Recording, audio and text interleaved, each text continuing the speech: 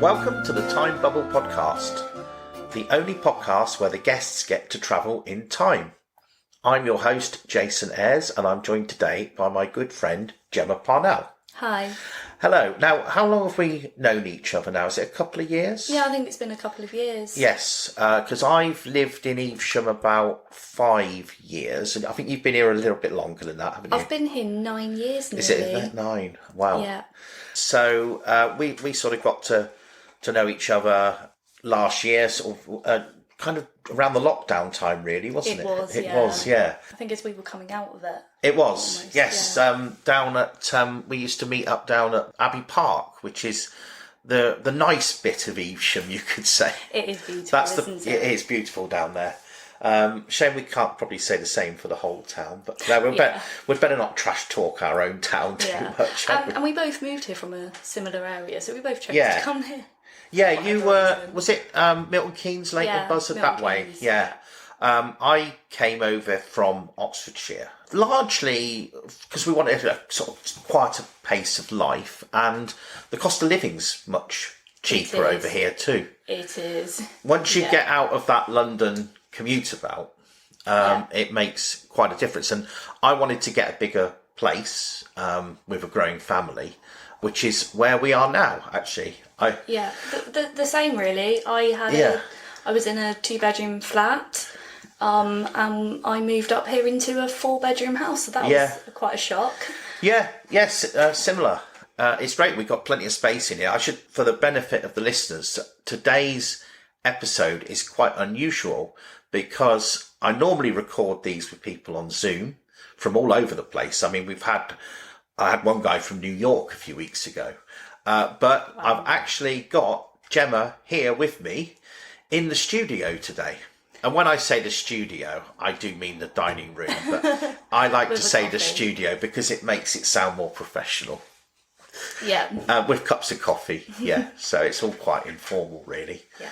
Okay. So you've listened to a few of the episodes of this. I have. So you know what to expect. I do feel sometimes I put people on the spot a bit with these questions and they're not quite sure what to say. But how it generally tends to work is I'll ask a question, somebody will come up with an idea and it will spark a conversation. We're going to ask you to talk about 3 days or 3 periods of your life where you would like to maybe go and revisit or reimagine. Where would you go first? I'd like to go back to when I became a parent, and that was before I moved here. Okay. We went to a mum and tot group which closed down, and we decided that we would just have coffee at each other's houses. And little did we know how incredibly lucky we were, because every single Friday, all of us would meet at someone's house and we just created a massive community. And I didn't actually realise how valuable that was until our kids grew up, we went our different ways, I moved away. And I noticed when I had children sort of a few years later that I was really lucky. That's not just a given that you have kids and you manage to find lots of good friends that you can spend every day with, even go shopping together and just spending time together. And I think that part of my life really showed me that the value of community. And it does upset me that we live in a world now where community is almost being destroyed. I don't mean like community, but we all live in our house now on our own, and we have tribes with 1 or 2 adults in. So I'd love to go back to those days where I would text my friends, "What are you doing today?" And they'd turn up at 9 a.m. and it wasn't because we had anything interesting to do. We'd be killing time, the children would be playing. Yeah, I absolutely agree. It is so easy to go from a position where you have this community and all these people, and then suddenly you're isolated. It can happen to people if they maybe are made redundant from a job or they move to a different area. And particularly, I mean, if you look at the lockdowns and things 2 years ago, where everybody sort of started moving to using Zoom and things like that. And now the world's gone back to normal, but a lot of people haven't. They're still doing things in the sort of COVID way. Yeah, I think some people, it has sort of changed their life, the COVID, whether it's changed their career, just their outlook, getting used to being on your own for a start. It sort of almost becomes natural that you're just on your own, and you almost forget that you still have some community. And we need to find ways to try and recreate that. So from my own perspective, 2 events really. So I used to work in business, in market research. So I was always surrounded by work colleagues and going to conferences and all these different sort of things. So when I came out of that was quite a shock to the system. That was before I had a family and kids. So I threw myself into my social life. So sort of going out a lot. I was doing quite a lot of DJing and stuff at the time. And then the kids came along, and I had a similar experience to you. Now, the unusual thing at that time for us was that my wife was working full time for the NHS. Yeah. I was doing a combination of writing and DJing for a living. So I was going out sort of Friday, Saturday, Sunday nights to clubs and weddings and that sort of thing. And then looking after the kids in the day. So I had the same thing as you had, the community. So it started off when my oldest was sort of 18 months, sort of going to these, I suppose you could call them mother and baby type groups. That would probably be frowned upon now. We'd have to say parent and baby, wouldn't we? So we're talking around about 2008, 2009. And I was the only man at these groups, which was quite interesting because there was a lot of talk then about, there's more dads doing the primary role, but there really wasn't. And I was, slightly daunted because you'd go in this place. I'd feel so comfortable because there would be women sort of like breastfeeding in there, which is the most natural thing in the world. But as a man in the room, you would be thinking, you don't want to sort of. I hope they're not worried. That I'm here to perv on them or something. Yeah. But I found I got on very well with the mums. And then when the kids, we progressed on to nursery and primary school, and I did have that sense of community that you talk about. And I used to love, the pickup at the end of the school day, just sort of the chatting to everybody in the playground and while we're waiting for the kids to come out. And that was a really enjoyable time of my life, really, because I was doing that by day, and then, the DJing and the adult stuff at night. So it was a fun time. But of course, those times come to an end. Yeah. So when we moved over here to Evesham, my kids were older by then. The eldest one had already started secondary school. The younger one was in year 3, I think. So I was still going there. But when I went to the new school, I was coming into an environment where the groups of parents were already established, so to speak. We hadn't all started on that first day of school. And I found it quite difficult to integrate, really. I used to chat to people, but it wasn't the same. And then, of course, I was sort of feverishly working away on the books here, and it was quite difficult, really, when I first came here. I did the thing that I always do, as people know me, which was head for the pub, which is where, many of my friendships developed. But really, it was quite difficult for a couple of years. And interestingly, since the whole COVID times, that sort of woke me up to the isolation, because everybody else was suddenly in the same boat, where the way I'd been living for quite a few years. I did feel like, you guys get to see what I've been going through the last couple of years. Not in a happy you're going through it, but I was like, I already feel this isolated.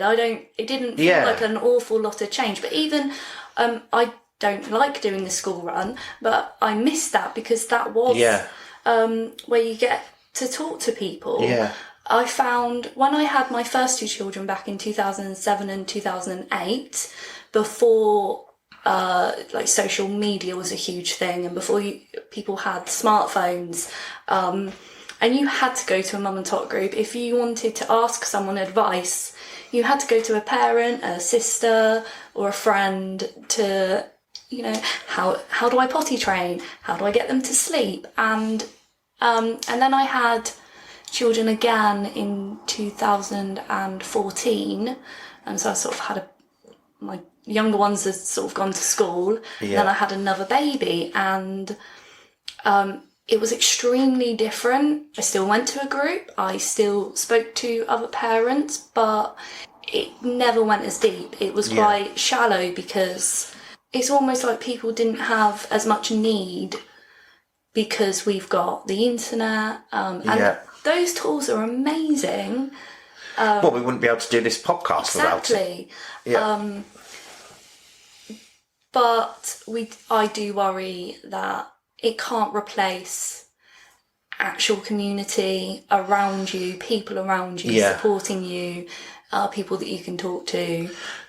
I don't have it so much here where I immediately live. What the lockdowns taught me is that we shouldn't take freedom for granted. And since then, I've made a real effort to seek out people that think the same way as I do, that believe in freedom and of expression, and just getting out there and meeting people. And I've made new friends all over the country, really. And we've got together, and we've had, a couple of weeks ago, I was down in Torquay, and I met up with Flora B and her husband, who were on an earlier episode, and we had a wonderful evening out at a restaurant there.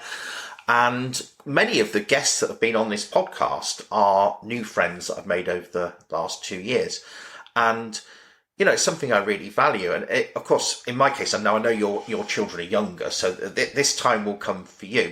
My boys are 15 and 12 now. Yeah. So they are old enough now that I can leave them for an evening and go off to a social event.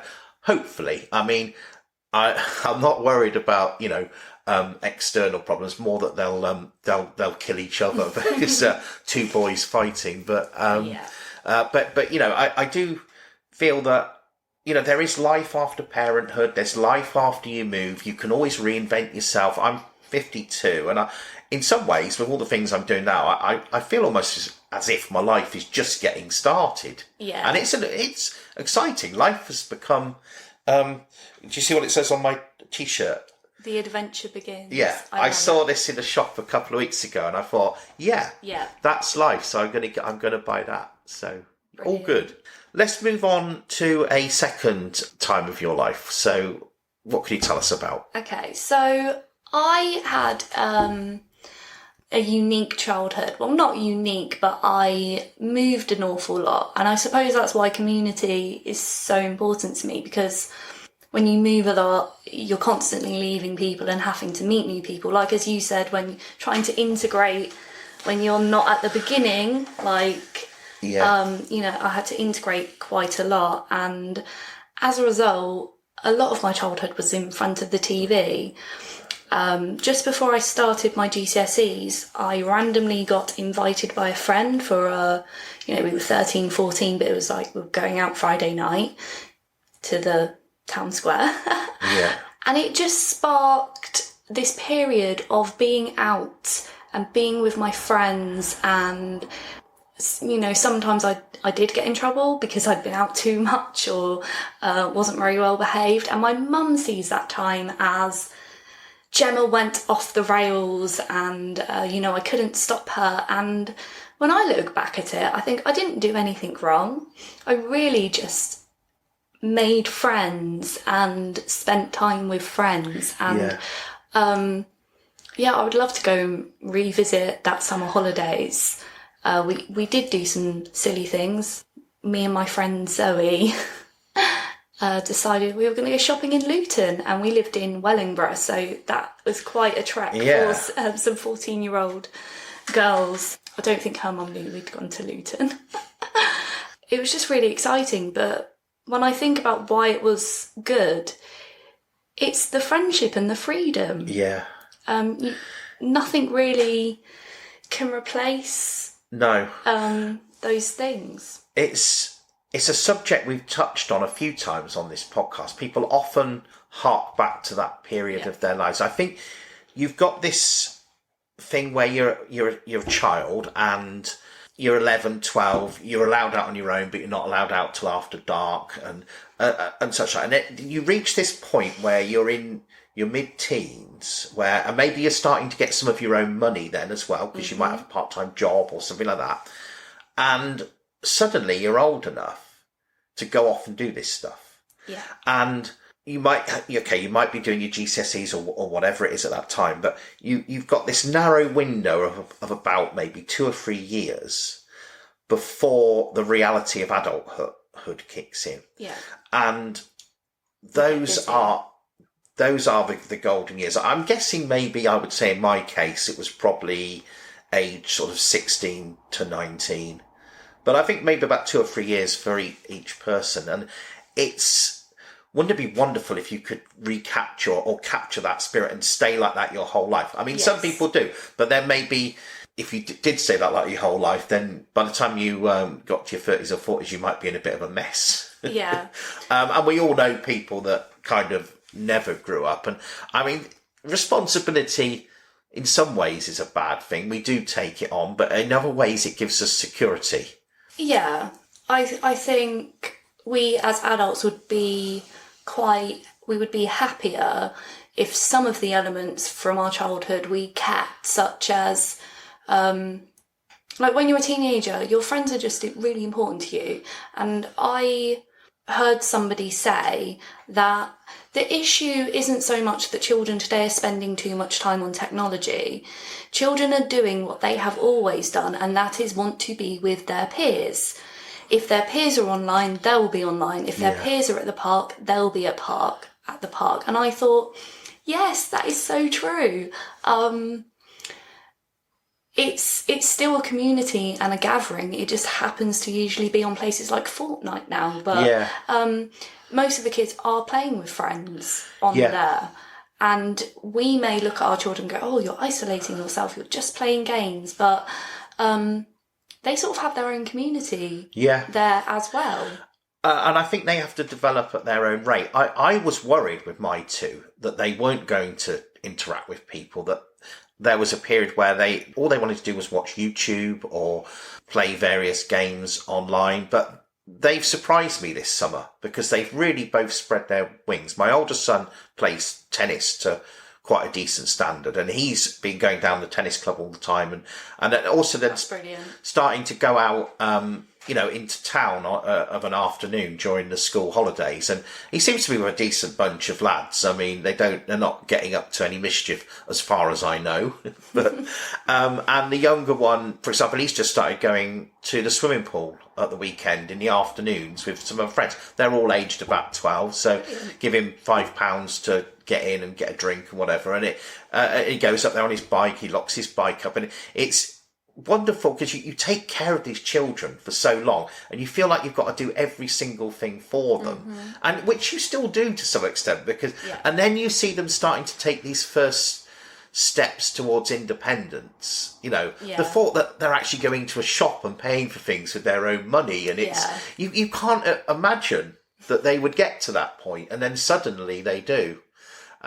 So I am encouraged with mine, and I do encourage them to go out and do these things. So, and it gives me a bit of a break as well. Yeah. The only thing is, because I found during the summer holidays, it would leave me confined to the house a lot of the time because they go off out somewhere.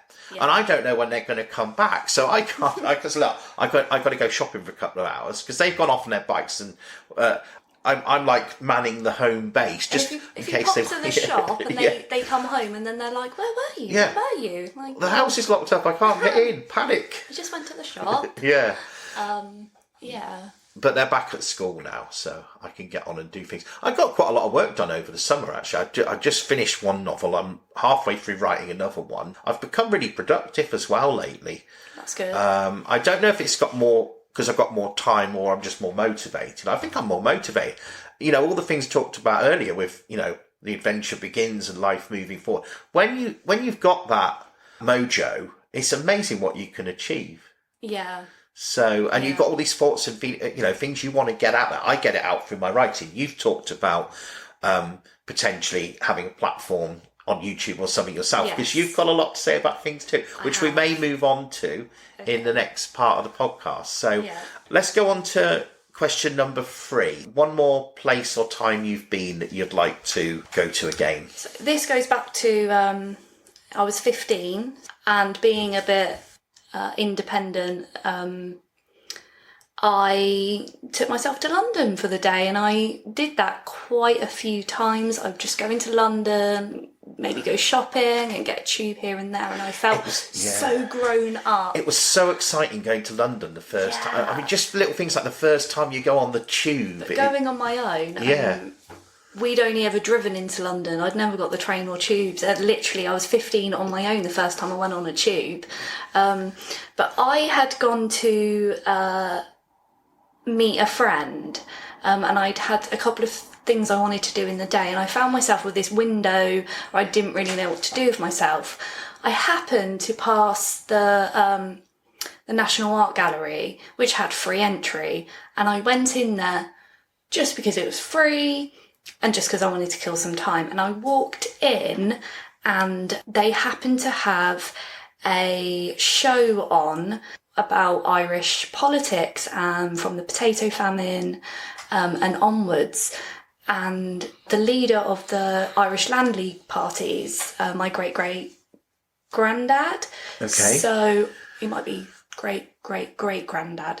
So I just walked into this art gallery to find pictures of Charles Stuart Parnell, my great-great-uncle, and they had quite a lot of information about him. I still have the leaflets that I'd taken one of the leaflets that they were giving about the Irish politics that had happened, and I just remember, like, I literally walked in here on a random, and although there's a statue of my great-great-uncle, no one's heard of him. He's not well known in any way, shape or form. I've had literally one person in my entire life who's heard of him.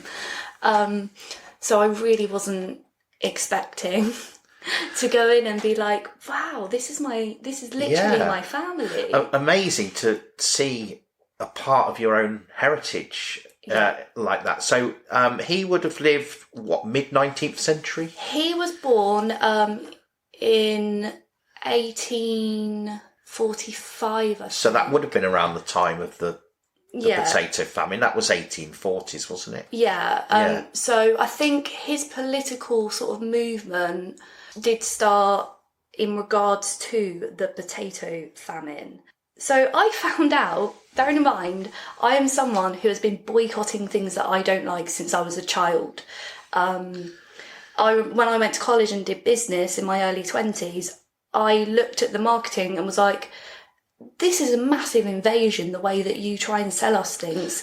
And I remember specifically being very disturbed that Tesco knows so much about you. Yeah. They've predicted pregnancies in like young girls and before that they've actually got pregnant based on shopping habits. They film you to see where you look. And that, I boycotted them. Yeah, I mean, just to pick up on that point, this is one of the reasons why I left the industry, because I worked in market research and marketing, and I did work in Tesco head office for 2 or 3 years in the early to mid 1990s. Wow. And yes, everything you're saying is true. It was around the time that the club card was being launched, and the big excitement launched by that another couple that set up. That's actually a separate company, isn't it? They marketed it as you can save money on your shopping, but the excitement there was, we're going to know everything about our customers because it's all on this card. Yeah. And that was the beginning of it. Yeah. So I felt uncomfortable with that even then. Yeah. I've come out the other side of that. And similar to yourself, I resist all this invasion of our privacy. So, but having been on the other side, it's always a bit of a poacher turned gamekeeper type scenario. But yeah, carry on. So I can remember from the age of 5 or 6 having conversations with my granddad about politics, the world we live in, and there were a lot of things that even when I was really young that I was like, but that doesn't make sense, that's not fair. My granddad always said I'd make a great Prime Minister, and I'd always say, I don't know anything about politics. and he'd go even better. I'm not sure some of the previous incumbents did either. But I have always, I don't know how to explain it, but I'm more bothered by the fact that a lot of people are going through something bad other than something bad is happening to me. So I get very frustrated that, so when I was a young mum, because I was 17 when I had my first son, and I was looking to be rehoused by the council, and they were like, well, we've got a housing shortage and blah, blah, blah. I wasn't annoyed that it was a struggle for me to get a house. I was annoyed that it was a struggle for everyone, that there wasn't more funding being put into this, etc., etc. So I've always grown up like that. And I did know about Charles from a young age because my granddad taught me about him, but I never knew what he stood for. I never knew what side of politics he was on or any of that. So it's been in the last couple of years that something has sparked me to learn about him. And I started learning about him, and I'm so proud because he started the boycott. The word boycott comes from him. So back in the potato famine, a lot of the landlords were demanding high rents, and a lot of the farmers who were struggling to produce anything were being evicted. And he turned around and goes, no, you don't pay your rent. Well, pay the rent don't pay the rent increase. So pay the rent that is a fair rent and stay in your house and keep producing. Because if we kick all the farmers out because there's been a famine, things are only going to get worse. And it was Charles Boycott that was one of the landlords, and Charles Parnell, there was leaflets and all kinds of things going around at the time. It was like, don't pay him. So it became a boycott. And it was named after Charles Boycott. So that's where the word comes from. So there you go, listeners. I'm learned something today. A descendant from someone who did a big boycotting thing, and they also he's the leader of the Irish Parliamentary Party and the Irish Home Rule, I think, and they even took some of it to America. So there's Parnells in America because they went over there to help with a lot of the Irish people that were having housing problems in New York and in America. And I think they did go to America partly because of the famine. So I made more sense when I learned about him. But what was even better was learning about his sister. And my first thought was, oh yeah, so I've grown up knowing all about Charles because Charles is a man, but his sisters, who have done some amazing things, haven't been talked about as much. Now, it actually turns out that people didn't really know about Anna until 1986, when one of her books was discovered. She was also the leader of the Irish Land League. She was sort of leader back in, the late 1800s. She raised the £60,000 to help people pay their rent and eat. That's an enormous amount of money in that time. They were quite wealthy landowners. Yeah. And she actually chose a life of poverty in the end. And she, despite being quite wealthy, she really, really fought for no one to be struggling in that much poverty. Yeah. Now, I was going to, because the fourth question, which we were going to come on to, was I was going to ask you who you'd like to be for a day if you could be someone. Now, was I right in thinking it was Anna that you wanted to talk about for that question? So we're sort of, we've seeded seamlessly into between 3 and 4 there. Yeah. So tell us a bit more about what perhaps it would have been like, or what you imagine it would have been like if you could have gone and been there. I'd like to, I can't really begin to imagine. I'm very curious as to how someone who's just quite wealthy becomes so politically minded to help the poor. What experiences did they have? I'm aware that although they were quite wealthy, the famine had sort of started to decrease their income, but they were still absolutely fine. Charles moved over to England as an MP to go to Parliament, and Anna moved to Devon Another one of the sisters moved to America. But so Anna was Charles' sister? Sister, Yeah, yes. okay. And they are there's only a couple of years between them. I'm not great, my memory's not great with details. Anna ended up choosing a life of poverty, and she was a radical feminist before the suffragettes. And there's a quote from a famous suffragette that women should wear short skirts, like practical short skirts and boots, because women have every right to go and need to be practical and not wear these huge dresses where they can't do anything because they're a woman, and that's what women should do. And there's a famous speech where they talk about that, and that literally stems from Anna, who died a few years before the suffragette movement happened, and she died quite young. So she probably would have been a suffragette. Yes. So she wrote a book called The Great Sham, which I haven't read yet. And there's also a book called The Petticoat Rebellion, which is the Gemma Parnell story. Is it possible to get hold of these books? Yes. They're not out of print, or there are copies around? There's copies. There's one on Amazon. I'm really looking forward to ordering and reading them and learning. And up until I learned about this, which it was been very recently, I didn't make sense to myself. Why am I so... I thought it was my problem. People were like, oh, you shouldn't care so much about other people in the world and society. And now I'm like, no, maybe that is my place. Yeah. But what I've found very interesting is they were wealthy landowners. They were politically moved to help people. And then so Charles got remarried to someone in England. So I actually come from that bastardized side of the family, because he'd had an affair and got remarried, and then I come from that remarried family.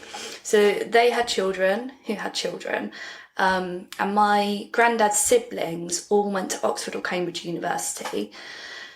My granddad was the youngest, and his dad died just before he went to uni, so he couldn't afford to go to Oxford or Cambridge.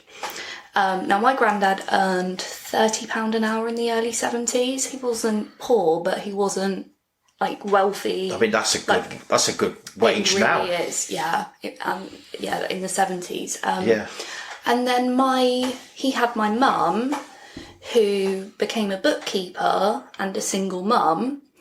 And then I was a young mum and a single mum. And it is crazy how literally 100 years, a couple of generations, so much can change. And I think that it's almost like, I sort of believe in that we come here, maybe we have a soul mission. That mission might be tiny, but I feel that it's almost important that I was born into a sort of poor young mum thing. Yeah. I don't want to say I believe that I was Anna in any way, but it's we had Anna who was fighting for something, and now I can... Maybe it's me that continues that, but from a different perspective. Passing on the baton in a relay race. Yes. Interesting that you say that much has changed since that period. However, when you look at the problems we face as a society, so similar. Really, there are always parallels. I mean, you talked People about can't afford rent. Yeah, I mean, you talk about the withholding of the rent, but I recall when there was much talk about the energy bills recently. I know they've just done a cap, even though they've capped it at much harder than it was, but there was a campaign going around where people were saying from October the 1st, don't pay your energy bills. And it made me think of that, because it's the same sort of thing. Yes. And again, I don't want to get too much into the subject of women's rights, because it is quite a controversial topic lately, but there is much to fight for. I was quite impressed by amused by the thing about the short skirts, because I must have imagined that I remember, when the mini skirt and stuff came in the 60s, that scandalised the older generation. But a woman wearing short skirts in sort of late Victorian times, I can imagine a lot of sort of angry letters to the Daily Mail or the Times from people scandalised by that. Yes, there was a lot of people that didn't like her. They were Protestant, and Anna actually gave a speech for You know, when people give a speech to say, look, we have this candidate and I'm recommending this candidate. Yeah. She gave a speech recommending one of the Sinn Féin candidates back then. Yeah. And me really not knowing about the history, I was like, I wanted to research, I was like, were they fighting for something good? Or were they fighting for a political ideal that I don't like? Or when I did learn, I'm extremely proud to be part of that family. Well, it's all such a complex situation to go back and find all these things out. And I know you feel quite politically minded. We talked before, and you want to have your own platform, and that inspiration from your own history, maybe, you know, you've been very busy bringing up your 4 children. Mm-hmm. You perhaps have a lot to do, and you haven't even started yet. So, yes. So that would be interesting, yeah. Yes. To hear your thoughts and see where you go with that. So I have a TikTok account, Earth and Anarchy. I don't necessarily think I see the word anarchy as maybe a lot of other people see it, but it's just freedom to be in a way and following your heart. And I do want to use that platform to talk more, but I don't think TikTok's really the right possibly not. I mean, I'm quite a believer in YouTube because it is so universal and a lot of people use it. I know there is much talk of censorship. Yeah. And there are certain topics that I know, I'm not going to mention them because it will get your video banned, but I know a lot of people have been removed off the platform for discussing certain, shall we say, hot topics of the last couple of years. So we'll move on to the last question. If you could go anywhere in space or time and see what the world was like, where would you go? Okay, so, well, part of me wants to go to the past and the future. For the same reason. I want to go to a point in the past where, like, we always talk about how did we get into this state where we have so much poverty, where we have people being excluded, where people have to work in jobs they hate, like, where there's toxins around us and people are saying this isn't safe. The world's just crazy, okay? I know. People go, you know, oh, things went wrong when this happened or when this happened. And I'd like to go back to a point in the past where people didn't feel that the world they lived in was terrible. And I'd like to, just so I can sort of learn, I just want to go back and like, oh, the reason we weren't really all depressed is because we didn't have this issue and because we did it this way. And in the same way, I'd like to go into the future. Now, when I read a book, I get into a few pages and I like to read the last page. And everybody says that you can't do that. You can't go and read the last page. But it doesn't give you all the answers. There's still a big, how do we get there? How do we get from this part of the story to that part of the story? In the same way, I'd like to go to the future, to when the world is a nice place for all of us, or for the many of us. And then just so I can bring that information back. And I genuinely can't think of anywhere in time or space I'd rather go. I would just like the answers. Yeah. It might be something none of us have ever thought of, and suddenly you could bring that information back and suddenly we know the goal that we're working towards. I think now the problem we have, and this is why, another reason why I don't want it to be too political, but it's almost like we're all right, because we all want a better world, we just don't all have the same vision of how that works. Yeah. And without being able to know what works, how do we actually know that what we're doing is going to get us there? Okay, so there's a few things there. Firstly, I'm just thinking about you going to the last page of the book. And maybe think about my first Time Bubble book, because if you went to the last page of that book, it literally is the end of everything. And this is probably not a spoiler, I don't think, because most people have read the books. The last page of the first Time Bubble book is billions of years in the future and the Earth being swallowed up by the sun. So it's about the most final end of a book you could possibly have. So how did I manage to write 12 sequels? Well, there you go.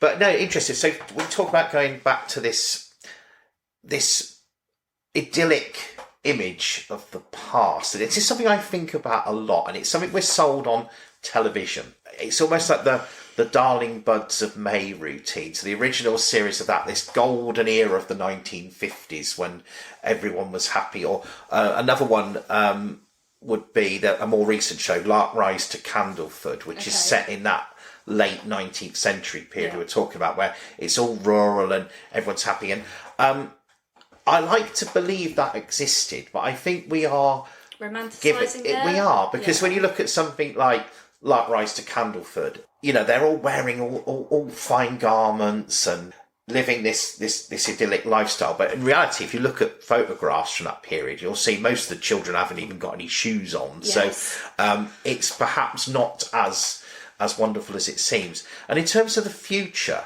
this is another thing that is somewhat disappointing, because we were all sold a vision of the future that things were going to get better.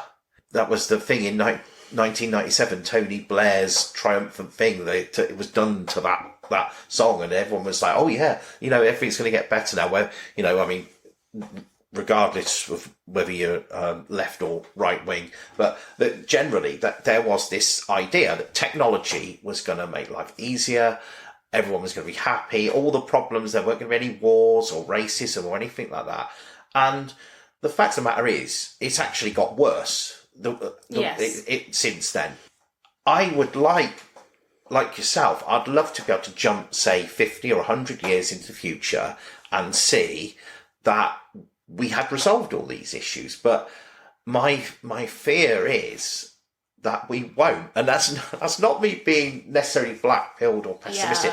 It's just that human nature and greed and the desire for power will never really be overcome. And I even think that now we live in this cosy world where we think we're safe, but you've only got to look back to sort of Second World War and atrocities that were committed there, and ones committed on other wars more recently, to know.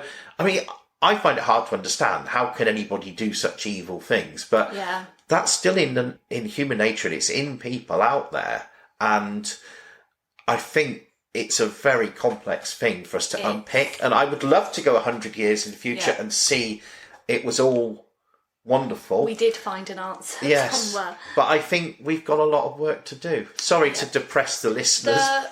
The idea of a resource-based economy where we don't even have money or need money, that's not necessarily...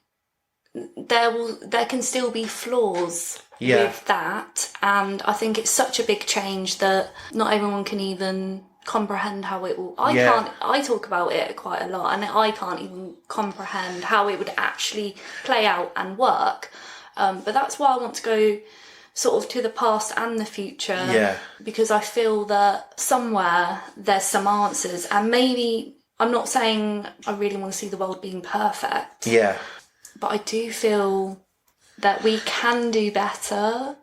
We can do a lot better. We can, but we've all got to want to do it. And the problem is, there's been much talk about a cashless society and where money's abolished, which generally I've been opposed to, because the problem is, even if we had that society and say it was all, it's still going to be based on people's status in some way or another. So even if there was no money, there would still be people who would be, I want to be the one with the super yacht and the status and the power. Even if there's no money, those very rich people more or less do control the world.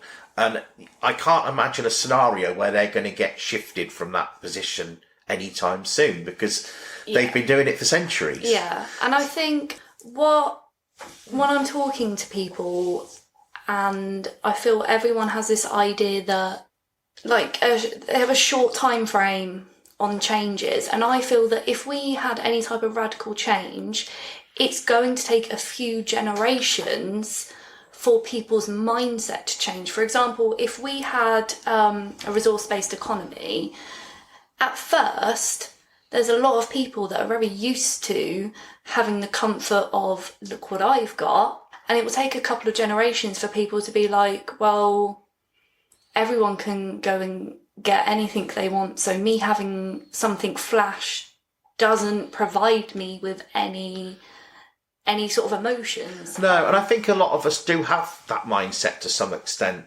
I don't Anyway. think Ferraris would exist. No. And, you know, every car that you bought would be good quality, long lasting, because there's no like competition either. You can get the best minds working together. And it's a beautiful concept. Whether it's something that we can achieve, and even if we could achieve it, it will take generations. It will take generations, and I think this is one of the problems with a lot of the policies that we're trying to do now, is that everything in politics is short term. So a politician has got to say things that are going to get them through to the next election. So the big thing with the green agenda is, okay, we're going to be carbon neutral by 2030 and we're going to have all the petrol cars off the road 2030, because they think that's what people want to hear. Now, obviously, in the long term, for the sustainability of the planet, we have to have a society that is based on renewable sources. But because it's the hot topic, they're trying to push it through too fast. So I think it's like, say, for example, when the car was invented, say, right at the end of the 19th century, let's say, okay, car's been invented now, so we don't need horses anymore, so we're going to get rid of all of them by 1910. Yeah. Right. So, which didn't happen. People were still using horses and carts 1940s, 1950s. You have to allow technology to develop at its own pace. And we are wonderful, inventive human beings. We can make all this happen, but we can't force it. Yeah. Otherwise, we're going to screw everything up. And that's what's happening now. That's why people are going, why are my electricity bills so high? And it's because we're following this route, and like I say, we're doing it too quickly. So we can have the answers. We can create the world we want, but we have to let it happen naturally. Yeah.